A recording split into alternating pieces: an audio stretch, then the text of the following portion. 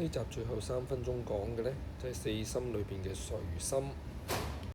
隨心嘅定義呢，就喺三角形裏邊畫三條垂高嘅交點。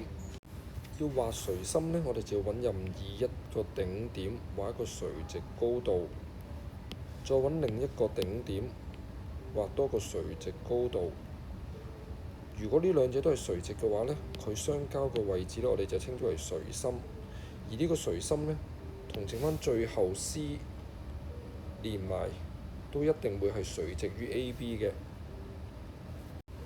提到垂直，我哋一定會知道呢，公開考試多數都會考到嘅就係斜率。任意兩條線，紅色同 BC 乘埋兩個斜率就會等於負1。當然啦，藍色一樣啦，藍色 AC 同藍色嗰條線乘埋都會係等於兩條斜率乘埋等於負1。如果定咗隨心係 H 呢個位置嘅話呢，咁我就有3條公式有機會會用到嘅。第一條呢，就係斜率底線 BC 將會乘以斜率紅色嘅 AH， 兩者垂直等於負1。如果係藍色嘅話呢， AC 做底邊就同 BH 嘅斜率乘埋等於負1，咁黃色我就唔寫啦。公開考試 MC 經常會問到嘅就係隨心喺三角形裏邊啦、外面定還是啱啱好喺上邊。嗱，今次呢個題目呢，三者都皆可能嘅。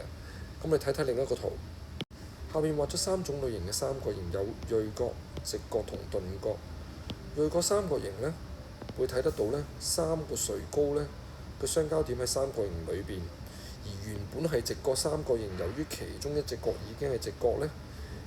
咁我哋會發覺呢個隨心就會係喺直角三角形裏邊嘅線上邊嘅，而鈍角三角形呢，即係扁踢踢嘅呢個呢，畫出嚟3個垂高呢，發現個隨心就會喺三角形外邊嘅。大家可以自己試下畫下唔同三角形嘅垂高相交喺邊個位置。公開考試呢，經常會計 H 隨心嘅坐標，除咗可以用到呢其中2條線垂直呢個關係嚟計之外呢，仲有機會會用到方程嚟計嘅。舉個例子，若果我哋利用到坐標計得到紅色線，亦即是 BC 嘅方程，另外利用到 AH 兩個坐標，或者利用到垂直線計得出 AH 嘅方程。當我哋計得到方程之後，再利用到聯立方程就計得到相交點 H 㗎啦。接住落嚟呢，我哋會睇睇2021年第41題。首先呢，畫咗個簡單嘅略圖 O 點、P 點、隨心位置同埋 Q， 咁我暫時切咗圖 X 同埋 Y。由於隨心嘅關係呢，紅色線同另外呢條紅色線係垂直嘅，咁我哋可以建立到第一條方程。而另外藍色線同藍色線應該又可以做到第2條垂直方程。